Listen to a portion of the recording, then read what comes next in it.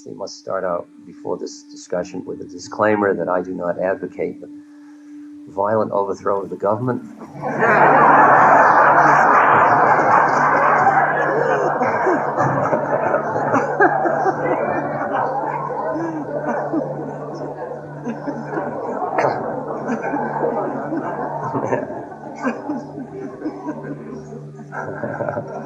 Nonviolence is a whole other matter. I do think laws aren't very conscious, but I want to say that I can't advocate the breaking of a law. You must do what you do. I have found psychedelics a very significant and important and useful part of my spiritual practice, more so many years ago than now, although even in recent years it has been slightly useful. Initially for me, psychedelics was a really radical way of breaking through some very powerful mindsets or habits of thought. And it opened me to a deeper truth of my being. And I can't speculate because it's a hypothetical question that I can't deal with because I don't know. But I can see my colleagues at Harvard, and we were very simpatico in my old form, and I meet them now and we have very little business together. They are living in a different world than I am. And I really feel that the root of that shift for me was due to psychedelics. So I honor them, and I would never be a hypocrite to deny that, even though there's a lot of social pressure on me often to do that.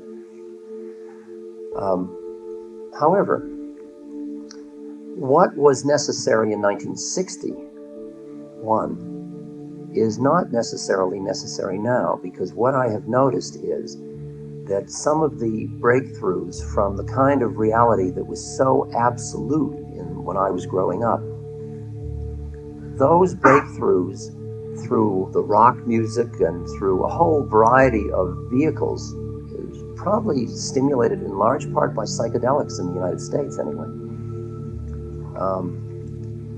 That has mainstreamed. Those shifts in perspective are much more available to somebody without chemicals now than they were in the time that I first ingested psilocybin. That I talk in the Midwest, for example, and may give a lecture, and the audience, I would say that at least 70 or more % of them have never smoked pot or taken any psychedelic, and most of them have never read any Eastern books or been to the East. And I say the same things I was saying in 1960, which a small group of people could hear, and I find that mainstream America almost, not quite, I mean still it's a selected group that comes to hear Ram Dass, but it's in Iowa, and they are all going like this, and they're hearing it. And they're hearing it because the zeitgeist has changed, the cultural milieu about realities has shifted, just like why channels and all of those things are much more accessible into the society. The possibility that there are other realms of reality is more available. I mean, it used to be that when I was in the United States, because of the overriding power of the main church of America, which was science, which was based on a physics model, a natural science model, that anything about altered states of consciousness was treated as very aberrant. And I would go to England and I would find an entirely different milieu. There they had had years and years of being able to absorb the idea of other planes of reality. And they had occultists and all that were part of the society. They were no longer. And when you look at why there are gurus in India, part of it is that the society supports that quality of cultivation of spirit in people.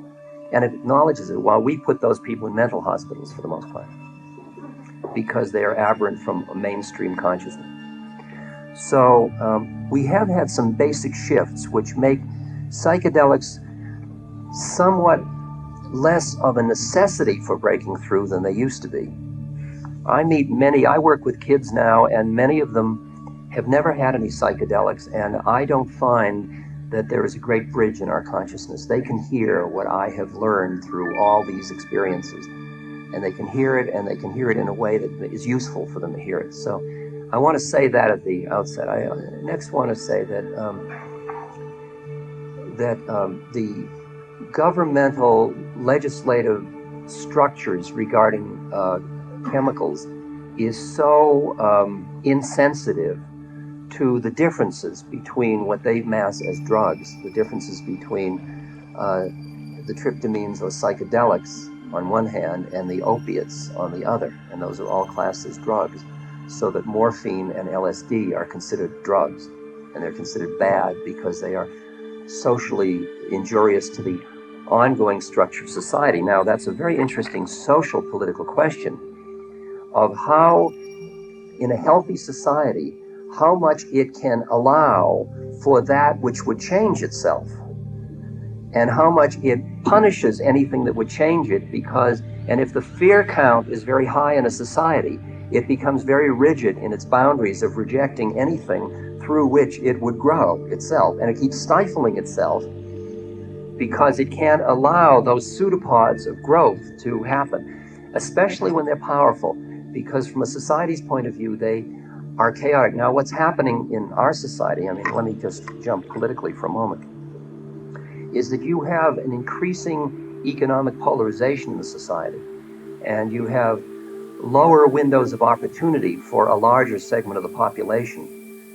And there's not as much equality of poverty as Dr. V was talking about. Everybody in the village, Dr. V said, was poor, and so everybody understood and they shared what they had. As you get these incredible differentials of King of the Mountain, what you have is the opportunity for a way of drug use as first an economic other power system to come in to counteract a structure that is not giving people opportunity. So that the black market drug culture has become another economic structure other than nationalism, for example. It's like the multinationals now. The other thing is it's also provides the drug experience is used very heavily for escapism, meaning it's used to push away what is an unpleasant set of circumstances. So when you look at what the drug problems are in the culture, you see that you're dealing with basic dissatisfactions, part of which are economically motivated in inner city people who don't have a window of opportunity. I mean, if you can make $500 a day selling crack, you're going to do it much more readily than you're going to go to school and work at McDonald's for $3 an hour, or $3.50 an hour, for a future that is really kind of iffy anyway because you're black or whatever, or some minority group. So, but the interesting thing is the movement of cocaine primarily, and now some crack, but mostly cocaine, into the middle class Caucasian population. And that represents a deeper dissatisfaction with the myths of the culture. That the break of the family that Dr. V has been talking about, and a whole lot of factors of where the myth that when people make it, when they do everything the society said, if you do this, you'll be happy, and they do it and then they're not happy, then they are open to the use of the drugs as a vehicle to escape from the fact that they played the game as well as they could, because the society is basically an externalized society. It's basically saying you will be happy if you have a speedboat, or you'll be happy if you have a second home, or you'll be happy if you have some material thing. And basically that's a quick rush, but it's not happiness. It's pleasure, but not happiness. And what the society's been selling is pleasure, not happiness. And that discrepancy is part of the root cause of the use of drugs as escapism. Now, what the society is afraid of are two things. One is that if too many people use escapist things, first it builds another economic structure, which undercuts the whole economic structure of the society. I mean, this is all, none of it's taxable. because of the society's naivete, again, instead of making it taxable, which they could. The other part of it is that the society is afraid that what drugs do is undermine the verticality of power structures. That when you take psychedelics, for example, or most drugs, you look at social institutions and you see that they are rather flimsy constructions of the human intellect. And I mean, I've gone on LSD through Washington and looked at the Pentagon, and it just looked like this huge little creation of fear of a group of teenagers. I mean, that's roughly what it looked like. I mean, all these institutions that are made, the Mint and all, they're made to the Treasury Department, made to look like, you're supposed to look like this, and you know, like, they're not pilgrimage sites in the sense of worship, although people do tours to see the power of the government. But you can feel that that power is rooted in fear. And when you see that, it undercuts that power. And why the drugs in the early 60s undercut the power of the monolithic structures and the verticality of it, such that the anti-Vietnam movement could get hold, for example. That was rooted in drugs. That was rooted in psychedelic openings. That wasn't just social consciousness that was like the social consciousness of the 40s and 50s. It was a different kind of thing. It was where the power holders were in jeopardy. And Nixon sat in his White House and watched that scene out there, and there was a handwriting on the wall that the power had been gone. And all the sexual freedom and women's rights and gay rights and all of the whole range of those things came out of that breakdown of the myths of the verticality of the system. So there is a fear in a society of those kinds of things, chemicals, that would alter the citizens' sense of their own power, really. And so there's that one, and there's the shift of the economic base. These are all basic political, social issues that are around the drug issue. It can't just be treated as good guys and bad guys, and drugs are evil. Because drugs are not evil. They are just another set of experiences. And somebody who is addicted, like Lee Iacocca, to more power and money, is as addicted, and he has as big a drug habit. And the person who has the need for continuous sex all the time and more conquests all the time, and which is keeping a whole set of industries operating all the time in terms of pornography and all of that stuff, that is just as sick an addiction as cocaine. And we're going to deal with that in the addiction group. I'm sorry, I shouldn't be cheating. Strike all that, I didn't say anything. So, see, we have a little problem with the structure, you see, because everything overlaps. So when we come to the distinction, besides all of that has been the problem of the society that leads to drugs used as withdrawal or as avoidance. The other end of it is the sacramental use of chemicals, in which chemicals can be used as instruments for regaining our own divinity. And it has been used historically through culture after culture, for generation after generation. And we have now legally thrown out the baby with the bath, in a sense, because we were so afraid of the dirty bathwater. We opened the thing and the baby went too, and the baby we needed. And so it has gone underground. And in a way, those forces in a society which would awaken people to the spiritual dimension, which diminishes the power of the state, of the individual, because you're serving a higher master, which is the same thing as Jesus's discussions with Herod and with the Roman forces and the Jewish elders and so on. In those times, it was the fact that he was serving another force that made him willing to die. And once they don't have the power of death, do you see, that's the final power. If you don't do good, I'll take your life away. And you say, go ahead, baby. That's your karmic problem, not mine.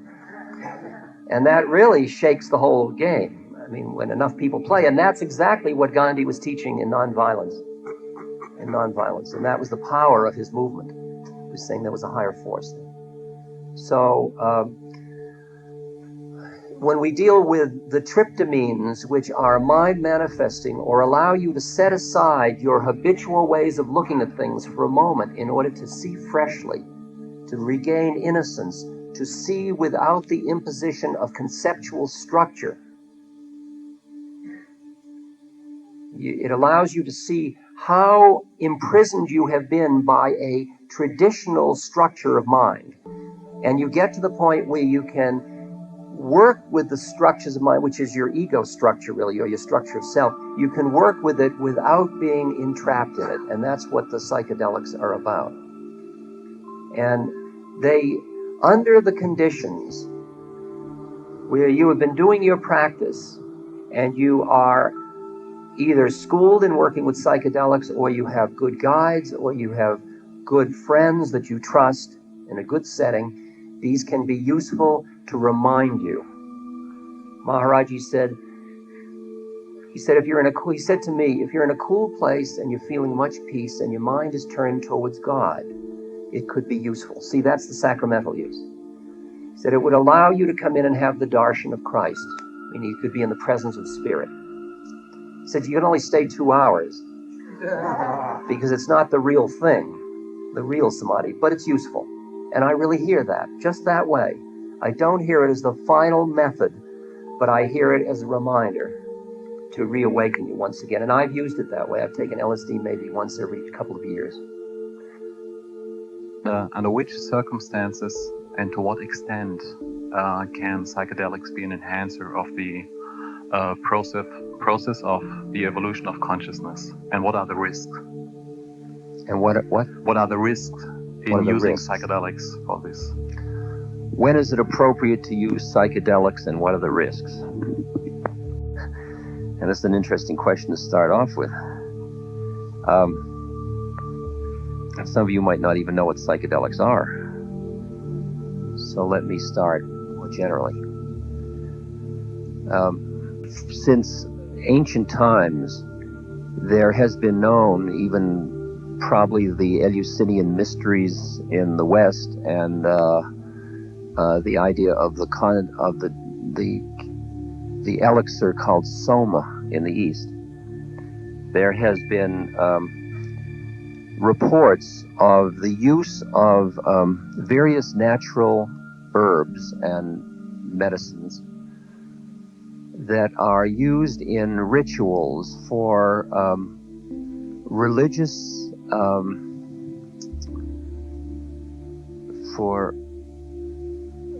religious transformation experiences, for initiations.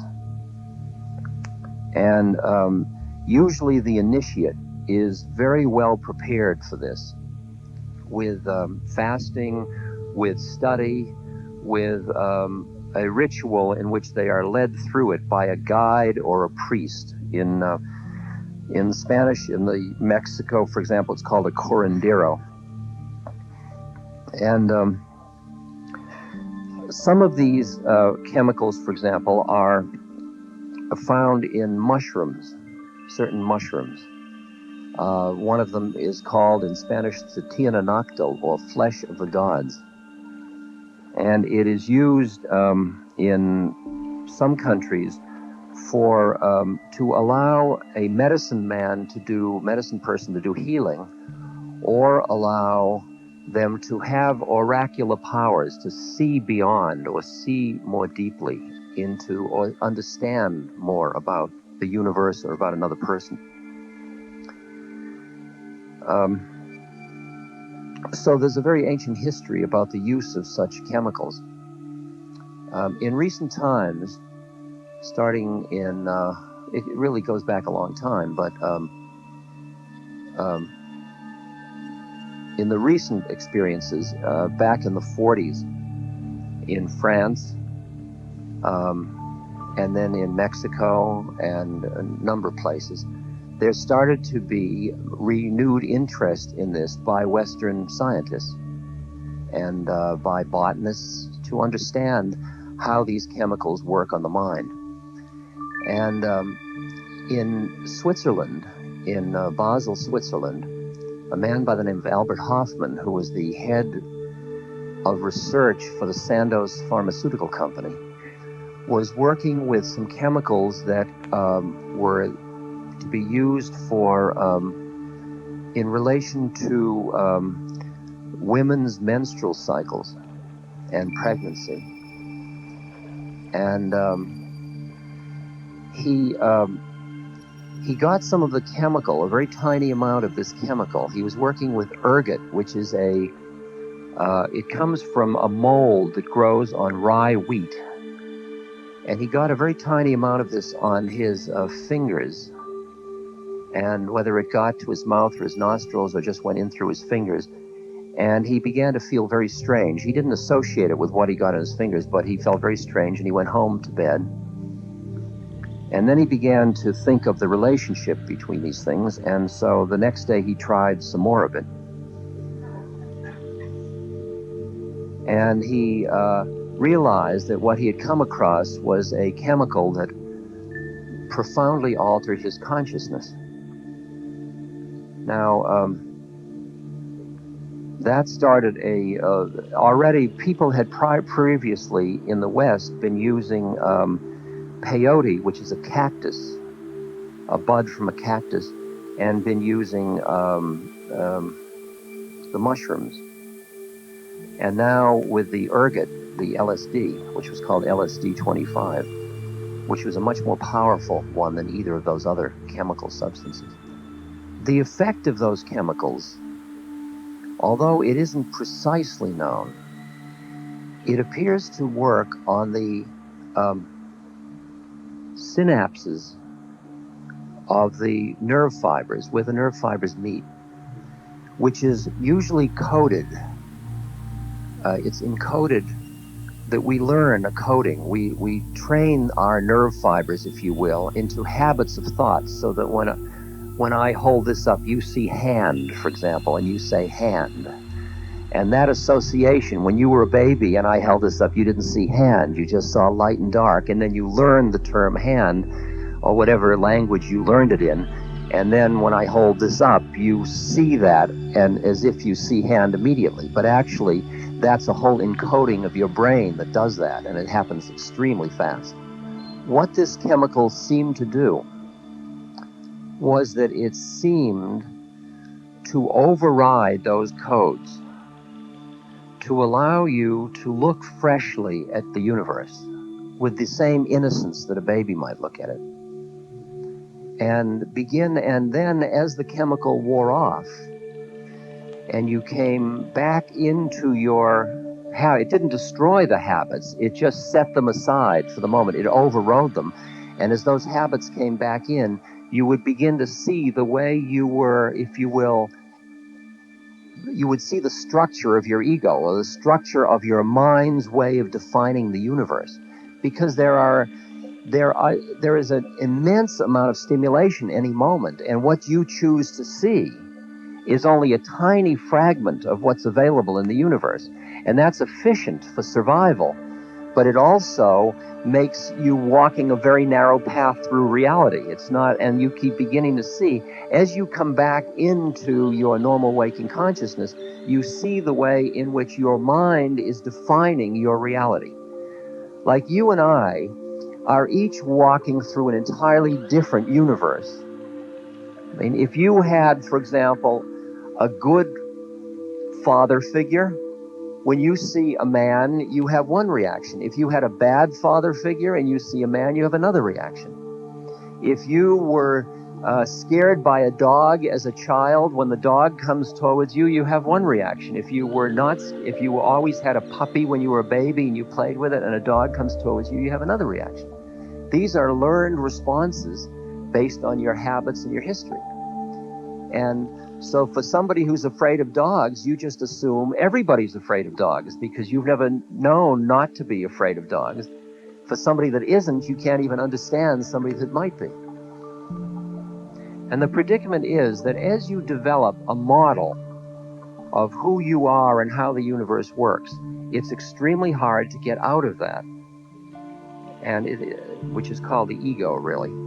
It's very hard to get out of that. And what the chemical allows you to do is set that aside for a moment and see the universe from a different vantage point and find places in yourself, which is why it was used in religious traditions.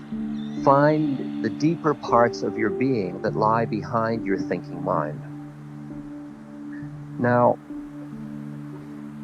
hear clearly that when those chemicals were used historically, they were used in ritual and they were used sacramentally. They were used as a sacrament.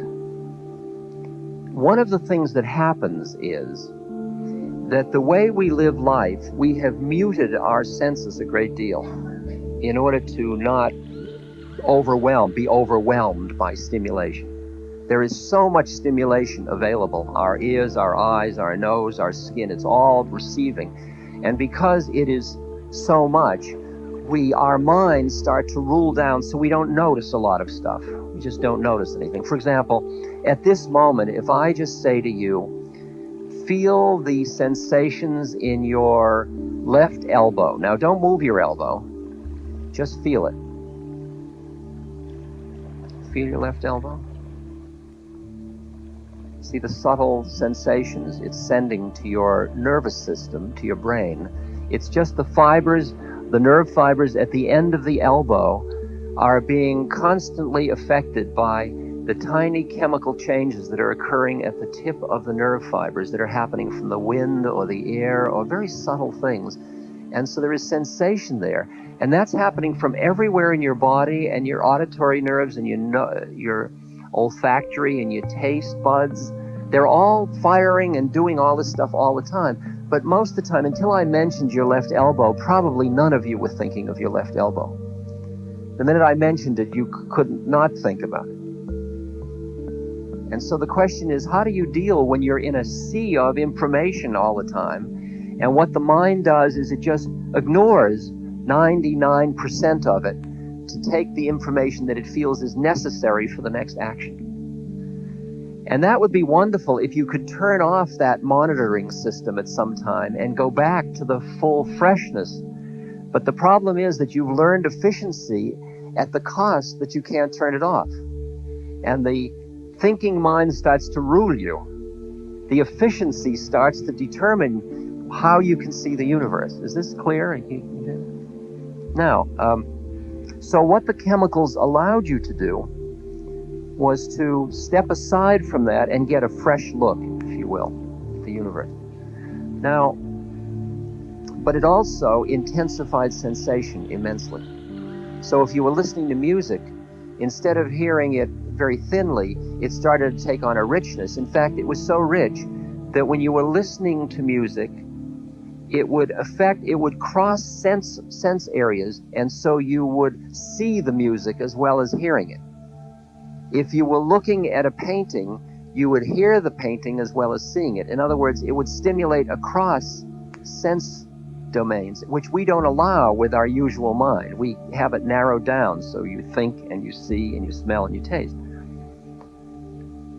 And when these boundaries break down, you begin to see the interrelatedness of everything in the universe. You see the way in which it all is connected with one. You start to see the mystery that lies behind the apparent phenomena of the universe.